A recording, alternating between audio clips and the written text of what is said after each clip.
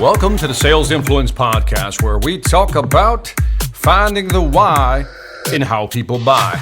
I'm your host, Victor Antonio, and today I want to talk about a new article that just came out in the Harvard Business Review under the title or the topic of sales and marketing. And the title is The New Sales Imperative. The New Sales Imperative, written by Nicholas Toman, Brent Adamson, and Christina Gomez. Again, you'll find it in the March-April 2017 issue of the Harvard Business Review. Now, a few days ago, I read this article, and I thought it was fascinating. It had some fascinating insight, things I didn't know, information beyond the obvious. And so what I want to do is talk about this article and some of the findings that if you're in the B2B space, you might find interesting. Now, this article, this podcast is not about B2C, but I think if you're in B2C, you should hang out anyway, because you might pick up some interesting tips that might be indirectly associated with a B2C type of sales scenario. Now, in the new imperative, they talk about how selling has changed. And one of the things I want to highlight, got the article right in front of me, and I want to read this. It says, the number of people involved in a B2B solutions purchases has climbed from an average of 5.4 2 years ago to 6.8 today. Let's just say this simply. 2 years ago, 5 people were involved in the actual purchase. In other words, signing off on the actual deal. Today, it's 6.8. Let's just call that 7. So we've essentially gone from 5 people involved in making a buying decision to 7 people involved in making now the buying or purchasing decision, which means it's become more complex. And as you know, B2B is always about a complex sale, longer sales cycle as compared to B2C. So what's interesting is that the folks that wrote this are part of CEB. Now, if you don't know who CEB is, if you read the book The Challenger Sale, which I think was released in 2011, 2012, can't remember which. It's one of the best books I've read in the last 5 years. The Challenger Sale. Read that book. The follow-up book to that was called The Challenger Customer, another great book. And I think Toman and Adamson are also co-authors on that book. Now, these two books, you have to read them in sequence, The Challenger Sale and then The Challenger Customer, really talks about how selling has changed and how our attitude or how our approach to selling has changed. Now, this article in the Harvard Business Review pushes in like a little deeper, a little further. We get more detail, almost like zooming in with the lens.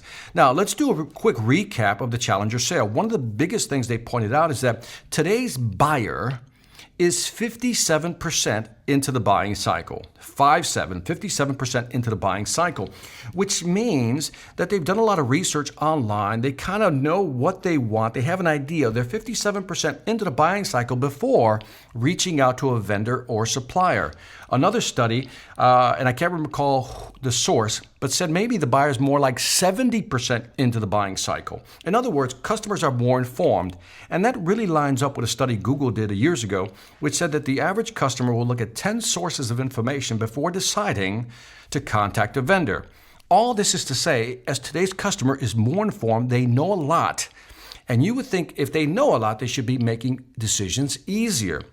And the responsive approach, our typical sales approach, they call it the responsive approach, is to make sure that the customer has more information because in your mind, more information is better. Also, in the responsive approach, we want to be flexible in responding to the customer direction. In other words, if they want to talk about certain things, let's move in that direction. If they want to hint at certain things, let's consider those as well. Also, you want to help the customer consider all possible alternatives. This is defined as the responsive approach. Give them more information, it's better. Be flexible in responding to your customers' directions and also help customers consider all possible alternatives.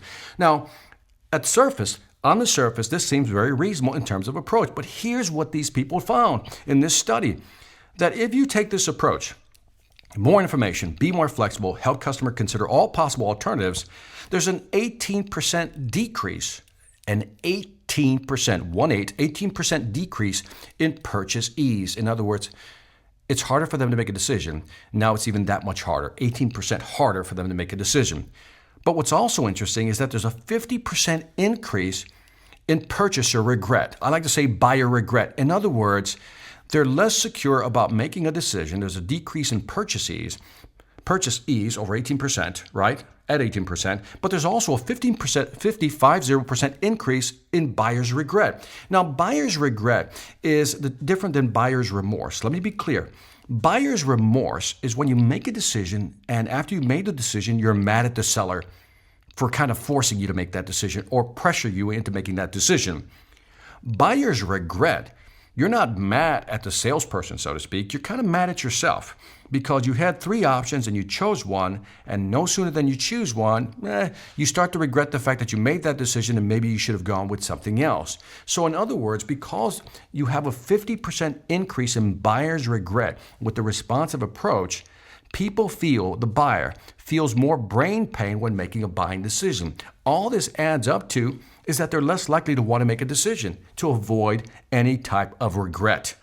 So what the article is suggesting is move from a responsive approach to a prescriptive approach. And this approach lines up really well with the challenger sale, but this has more detail in a complex sale. The prescriptive approach has 4 steps. The first one is you got to map the buyer journey. You map the buyer journey. In other words, how do buyers make a buying decision? And what they're asking you to do, and as you map this buyer journey, do it from an agnostic approach, not so much to help them map the journey of how they buy so that you can sell them more effectively. Help them map the journey realistically how they buy, not about how you want to sell to them, but how they buy.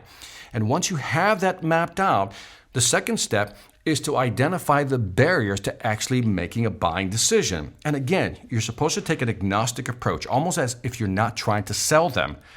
And then when you identify the barriers, for example, you can ask questions about, what information is necessary to actually make a buying decision? What are some of the internal issues, the people challenges, they call it, that we're going to have? We got 5 to 7 people involved. That means we have 5 to 7 different agendas. How do we blend those to make sure everybody gets a little piece of what they want? And also, how do we, when we look at barriers, how do we overcome some of the option issues when it comes to making a buying decision? And then the third step, if you've mapped the customer journey, you've identified the barriers, is to prescribe an unbiased solution.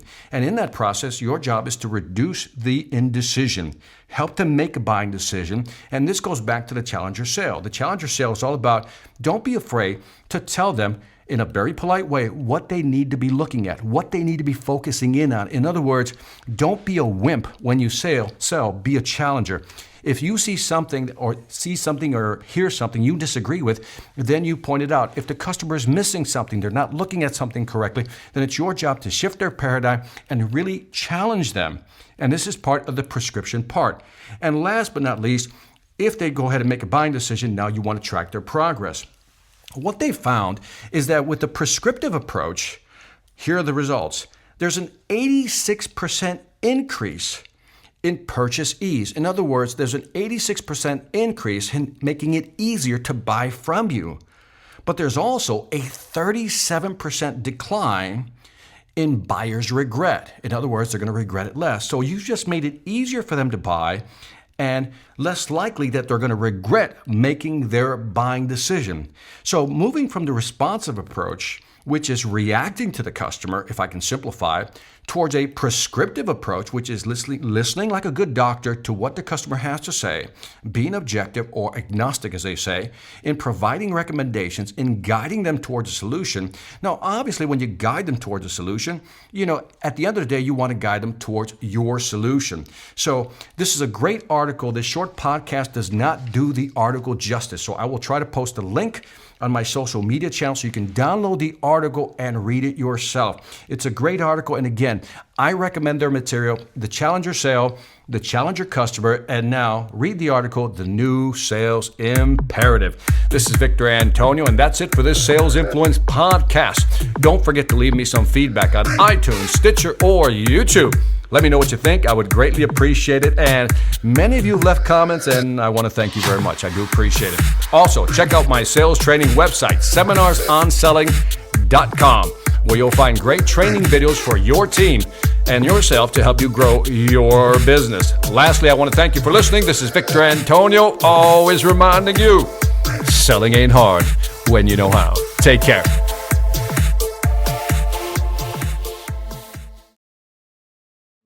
Every manager can feel it. The difference between a motivated, value-driven sales team and one that's stuck in a rut. CEOs know the difference too. They can see it clearly in the profit and loss columns. The question is, how do you get your team to this elite level? Is there something extra you can do to break through the remaining resistance and equip them with the right mindset to grow your business? Yes, there is.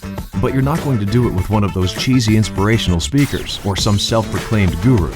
What you need is someone with a real business track record to deliver key insights in a captivating way, to give your team the right tools for selling in today's tough marketplace.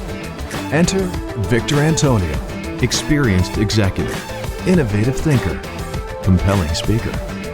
He's ready to deliver the message you need your people to hear, not with a canned speech, but a customized, dynamic keynote designed to deliver results. Bring Victor Antonio to your next event before the competition does.